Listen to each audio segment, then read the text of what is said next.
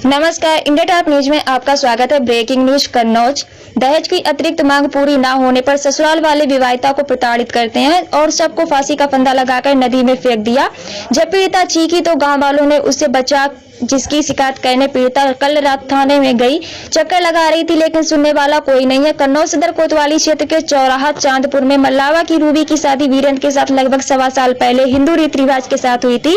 Ruby ने बताया कि उसके माता पिता की मृत्यु हो गई थी, जिसके चलते उसकी शादी उसके चचेरे भाई ने की थी। अपने हिसाब से पूरा दहेज भी दिया था, लेकिन ससुराल वालों की मांग थी कि एक मोटरसाइकिल और 50,000 रुपए लेकर आओ। पीड़िता ने बताया कि उसके पास इतने पैसे नहीं है, वह इतनी मांग कहां से पूरी करती। तभी उसके पति, सास ससुर और ननंद रोज मारपीट करते थे और कल रात जब पीड़िता शौच के लिए गई थी वहीं पास की नदी में, जिसमें उसके पति और देवर ने उसको पकड़ के नदी में फेंक दिया। उसके चीखने की आवाज सुनकर वहीं पास में गांव के कुछ लोग थे, उन्होंने उसको निकाला। तब तक वहां बेहोश हो गई थी। लोगों ने उसे घर पहुंचाया। तभी उसकी ननंद उसके गले में साड़ी से फंदा लगाकर लटकाना चाहा और उसे होश आ गया।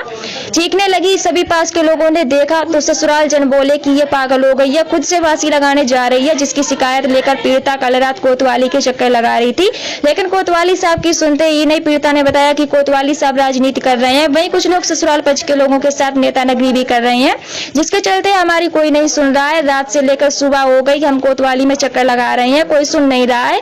अपनी फरियाद सुनाए तो किसे सुनाए, यहाँ तो डर लगा है कहीं ससुराल वाले दोबारा न कोई किसी प्रकार की हानि पहुंचाए। वह अपना दर्द रो रो कर बयां कर रही है, लेकिन सुनने वाला कोई नहीं। हमसे बोल रहे हैं कि 50,000 रुपया लाओ, अब एक मोटरसाइकिल लाओ, तब तुझे खाने को दूंगा और तब तुझे नीचे रखूंगा, वरना अपने घर चली जा, नहीं तुझे मार दूंगा। एक दिन बहाना से मेरी ननद कह रही थी भाभी चलें टट्टी छोटी वाली, उसका नाम मल्लू है। तो मैंने बोला मुझे लगी नहीं, मैं नहीं जाऊंगी। लेटिंग हमारी दूर पड़ती है, यहाँ से कम से कम होगा थोड़ा आधा किलोमीटर होगा, थोड़ी दूर में है। तो उसने कहा मुझे लगी मेरे साथ चलो, हमने कहा चलो। हम गए वहाँ पर, उसने मुझे नदी में ढकेल दिया। जब हम डूबने लगे तो हमने चिल्लाया, हमने कही कोई बचाओ कोई बचाओ। तब पता नहीं किसने, जब बहुत सारे मरीज वहाँ थे तो किसी ने पकड़ कर निकाला मुझे वहाँ पर। हम यहाँ पर काट मेरे पिन लगा था साड़ी में, हम थोड़ा बहुत तैर पाए थे, तैर नहीं पाए थे। एक गोता मेरे लग गया था, तब पता नहीं कौन लड़का था, उसने मुझे निकाला। फिर गांव वालों ने कहा इसे घर ले जाओ, फिर उसने वहाँ से घर मुझे लाया। फिर इन्होंने बहुत मुझे मारा, सबने मुझे मारा। फिर हमने खाना नहीं दिया, ऐसे हम पड़े रहे, नहीं खाना दिया, ना ही कुछ पानी दिया, कुछ भी नहीं दिया। कोतवाली में आपको क्या आश्वासन दिया गया?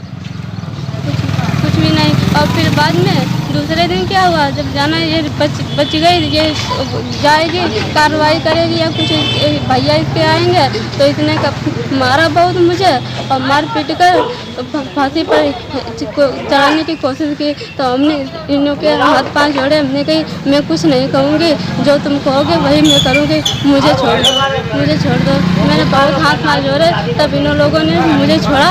और वह जहाँ जब फांसी पर मुझे हिलगाए थे तो मेरी सास मुझे गोफियाए थे, तब मेरे देवर मुझे मेरी टांग पकड़े थे। तब मेरे छोटे वाले देवर ने, उसका नाम अरुण है, उसने एक फ़ोटो ली, का ये बहाना बन जाएगा कि का नाम ये अपने हाथ फांसी लगाने जा रही थी। तो मैंने कहा कोई बात नहीं, जो तुम बोलोगे तो हम करेंगे, पर मुझे छोड़ दो। तब उन लोगों ने मुझे छोड़ा। तब का नाम गाँव वालों को बुलाकर ले आए, कहने लगे ये अपने आप फांसी पर ही लगने जा रही थी। गाँव वालों ने पूछा तो हमने कही नहीं ऐसी कोई बात नहीं, ये लोग मुझे ज़बरदस्ती फांसी पर लटकाने जा रहे थे। मुझे साड़ी नहीं दी, मैं पेटीकोट और ब्लाउज में मेरी फ़ोटो है।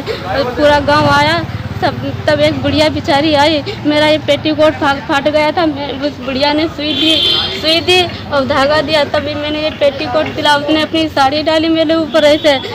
तब उसने कहा नाम कहने लगी बिटिया एक धोती दो इसे। तब उसने कहा नाम छोटी वाली नंद धोती नहीं दे रही थी, ना ही देवर दे रहा था।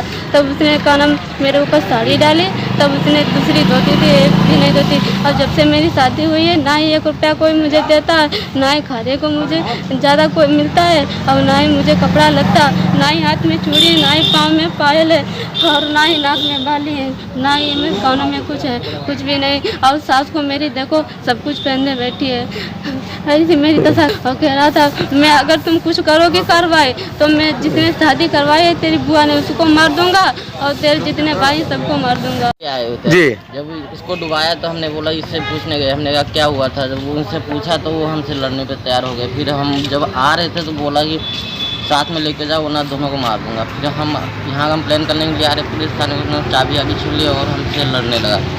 फिर लड़कों को बुला के कोतवाली में क्या आश्वासन मिला आपको? कोतवाली में ये हो रहा है कि मतलब नेता नगरी जाते हो रहे तो वो कल कंप्लेन लिखाने आए थे पर हुआ नहीं। कोई सुनवाई कोतवाली में नहीं हुई है? FIR दर्ज नहीं हुई अभी। चलो ठीक है। वो उनका गांव का दो लोग हैं, एक का नाम है वर्मा और एक का नाम है पता उसका नाम है नेता नगरी। इसमें ज़्यादा हो रही, वो कह रहा है वर्मा कि हम कुछ नहीं होने देंगे, तुम कुछ भी कर लो। और बहुत मारते हैं, बहुत खराब गाड़ी मुझे देते हैं। चलो ठीक। खराब ठीक। दो लोग नेता नगरी में ज़्यादा हैं। सब्सक्राइब करें इंडिया टॉप न्यूज चैनल और बेल आइकन दबाना ना भूलें। इंडिया टॉप न्यूज अपने क्षेत्र की खबरें सबसे पहले पाएं।